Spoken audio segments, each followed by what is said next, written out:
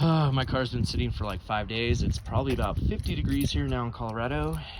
I have 3-inch downpipe to 3-inch exhaust, all the way back catless to just a vibrant dual tip muffler and SEP turbos.